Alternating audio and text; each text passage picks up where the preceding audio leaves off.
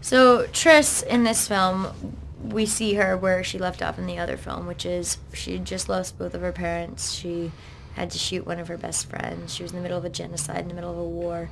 And she's very broken. She's struggling with PTSD and fighting her ghosts and her shadows.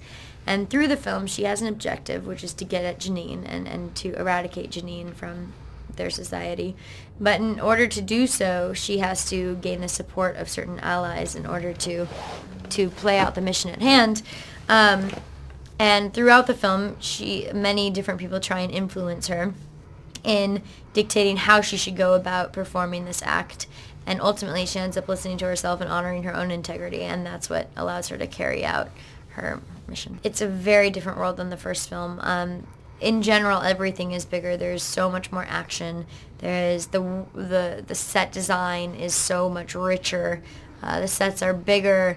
There's more characters that are introduced, a lot of strength, and also a lot of emotional qualities that the first movie didn't have, simply because it was so busy in exposition describing the world. This movie really had the time to dive deep into the emotionality behind the characters and where they're coming from. There's a lot of really amazing people in this film. It's exciting to have Octavia and Naomi join the cast, but there's also a lot of actors who hadn't necessarily been in anything before who joined as well, and it's always fun to have someone who's hasn't been in many films arrive on a cinema set, because they have this freshness and this exhilaration for and respect for their environment that sometimes, not that seasoned artists don't have that, but they don't bring that lightness and that new energy. And so to have these old pros who have just been doing it for so long and have so much to teach you, and then the new kid on the block who also has so much more to teach you, it always